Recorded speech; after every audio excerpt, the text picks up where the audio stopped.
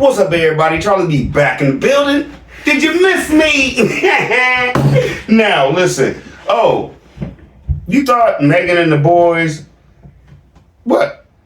I talk about everybody. So we're gonna talk about this. Let's go.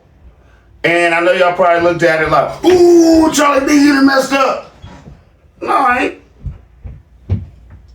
ain't. Cause Peanut Gang and Charlie B know what he can and can't do or say. Okay? Now, we talked about Tim, and y'all seemed to like that video where we talked about why he is the way he is, right? Now, allegedly, let's talk about why Megan and the boys are the way they are. All right? Now, Ross Rosenberg, I can't touch it. I'm not breaking into none of this. But I like it because he used on cartoons and stuff. You know me. Big kid.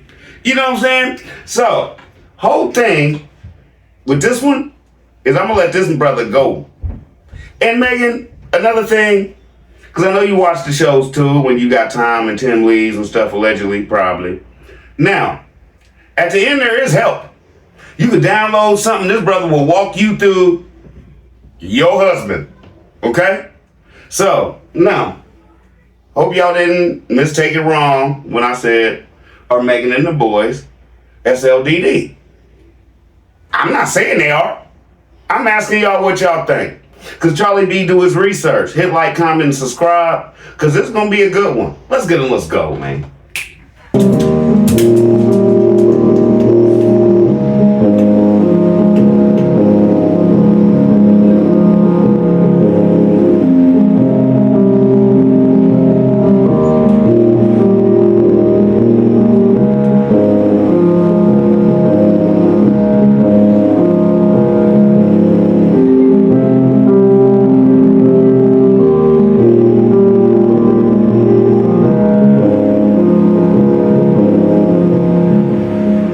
Since the dawn of civilization, men and women have been magnetically and irresistibly drawn together, not so much by what they see, feel, and think, but by invisible, unconscious romantic forces. The chemistry that love-struck codependents and narcissists experience when they first meet is the human magnet syndrome. Once together, these opposite but perfectly matched lovers are bonded together in a breakup-resistant relationship. The human magnet syndrome begins like an enchanting fantasy, but later unfolds into an endless seesaw of hope and disappointment. Predictably, the soulmate of the codependent's dreams transforms into the narcissistic cellmate of their nightmares. Readers of the human magnet syndrome will better understand why they, despite their dreams for true love, find themselves hopelessly and painfully in love with partners who perpetually hurt them. This breakthrough book will guide and inspire both the layman and the professional. Get it at www.selfloverecovery.com. Codependents and narcissists create the perfect dance team. Their exciting, dysfunctional tango works because the leader, the narcissist, leads with charm, seduction, power, and control, while the follower, the codependent, reacts with their pliable, passive, and accommodating dance moves. This dance is magnificently choreographed because the codependent dancer gives up any semblance of self-determination, while their narcissist insatiably thrives on control and dominance. Perfectly coordinated, no one gets their toes stepped on.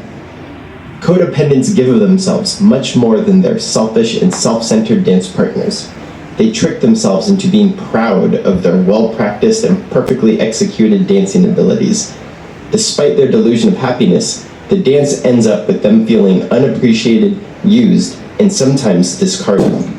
These dutiful but selfless dance partners believe they are part of an award-winning partnership, but at the end of the day, their dream for soulmate love never comes to fruition. Stuck in a pattern of giving without receiving, codependents power through their unhappiness and pathological loneliness by dancing the exciting but highly dysfunctional relationship tango. Like an addict avoiding painful withdrawals, they spend a lifetime on the dance floor, unhappy and unfulfilled, but not emotionally strong enough to stop the dance. The narcissist similarly needs to dance to avoid their deep-seated emotional pain. Like their codependent dance partners, they need to dance with someone who instinctively, reflexively, knows what and how to make them feel accomplished and appreciated on the dance floor. To win the coveted dance championship trophy, the narcissist's dutiful dance partners are required to modify their reality so they, and the dancing team, appear happy. Until a codependent decides to heal their deeply embedded emotional trauma, they will unconsciously, automatically find themselves out on the lonely dance floor, helping their narcissist partner win championships. This is indeed a tragic tango. This dance description is meant to explain the basic dynamics underlying a larger dysfunctional relationship phenomenon known as the human magnet syndrome.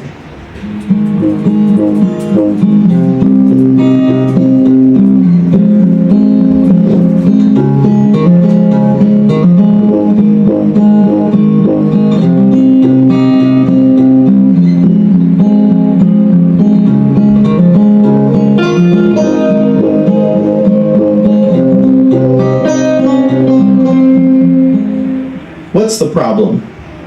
People find themselves, chronically, in unhealthy, unbalanced relationships where they give the majority of love, respect, and care, only to receive nothing in return.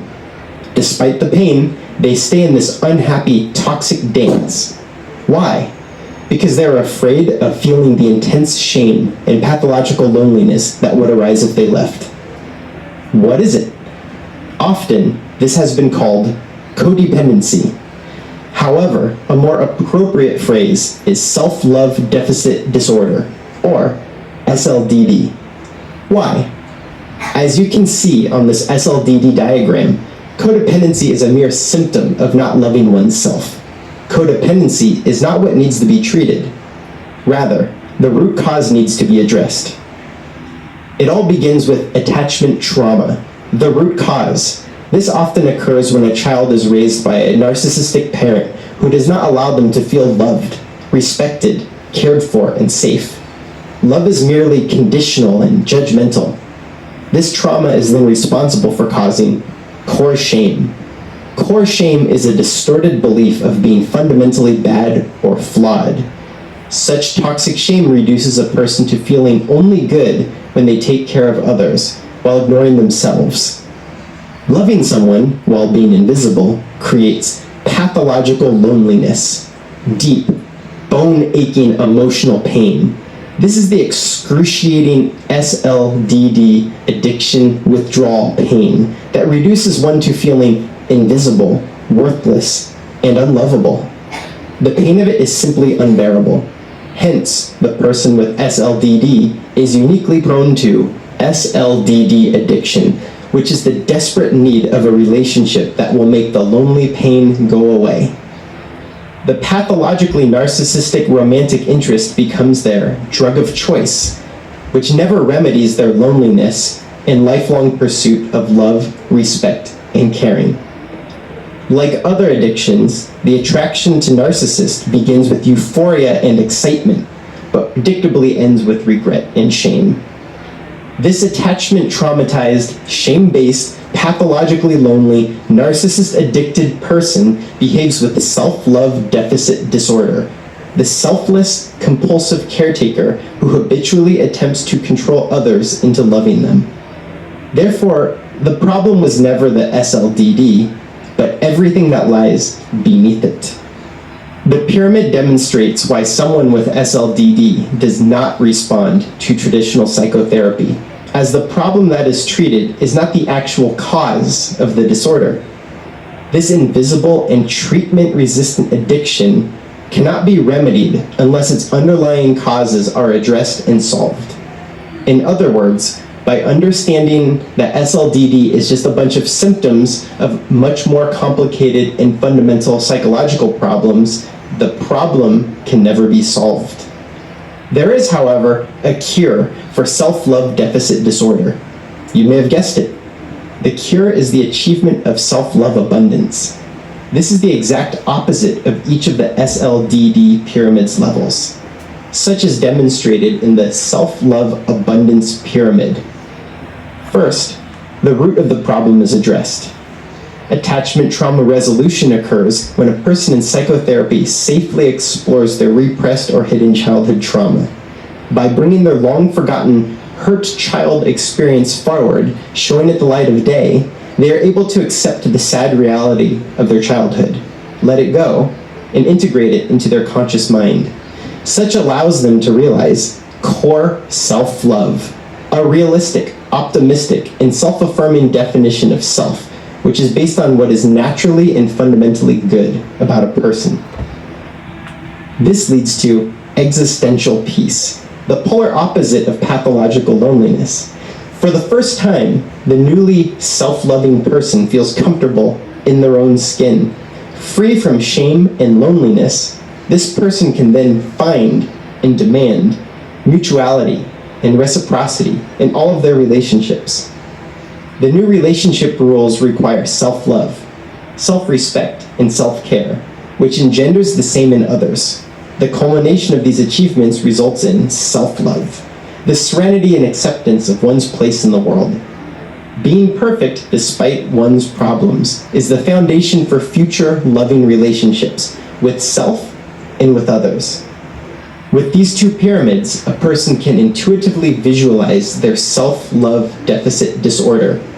By simplifying the codependency problem into a sequential and logical illustration, the frightened and pessimistic codependent is more likely to courageously take on the biggest fight of their life, to resolve their lifelong battle with SLDD, and to fight for their right to be self-love abundant, the codependency cure. It's time to say no to Band-Aid therapy. Working on surface problems while neglecting the root cause only triggers the very shame that perpetuated the SLDD from the beginning. The journey from self-love deficit to self-love abundance is expanded upon with depth and simplicity in Ross Rosenberg's 5.5-hour video seminar entitled The Codependency Cure: Recovering from Self-Love Deficit Disorder. It is a powerfully helpful resource to both the SLD and the clinical practitioners helping them. The seminar is available at www.selfloverecovery.com. The codependency cure is going to change your internal picture of what codependency is and how we take care of it. Codependency is as follows. It is a psychological problem that manifests in relationships. It's a problem of the distribution of love, respect, and care. Codependents give all the love, respect, and care to others, and they expect it to be reciprocated, and it's not. They get upset, they try to control it, and they stay in a relationship. They struggle with intense loneliness and shame and are addicted to their narcissist because of the attachment trauma they experienced as children. The codependency cure understands the dilemma of the human magnet syndrome. Codependents, because of their attachment trauma and all of the foundational explanations for why codependency persists, they understand that it's nearly impossible to break that pattern. And today you're going to learn not only more about that, you're going to learn how to solve it. I hope that answered a lot of y'all's questions. Because, should I bust in there and said anything? No.